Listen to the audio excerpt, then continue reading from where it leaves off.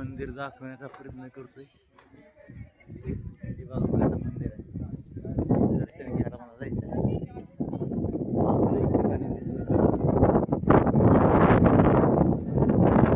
दाखवलं आता मंदिर. मंदिर आहे चालली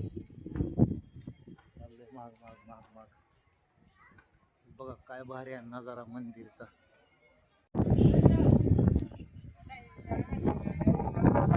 कृष्णाचं मंदिर आहे. दर्शन घ्यायला आलेलो आहे मी.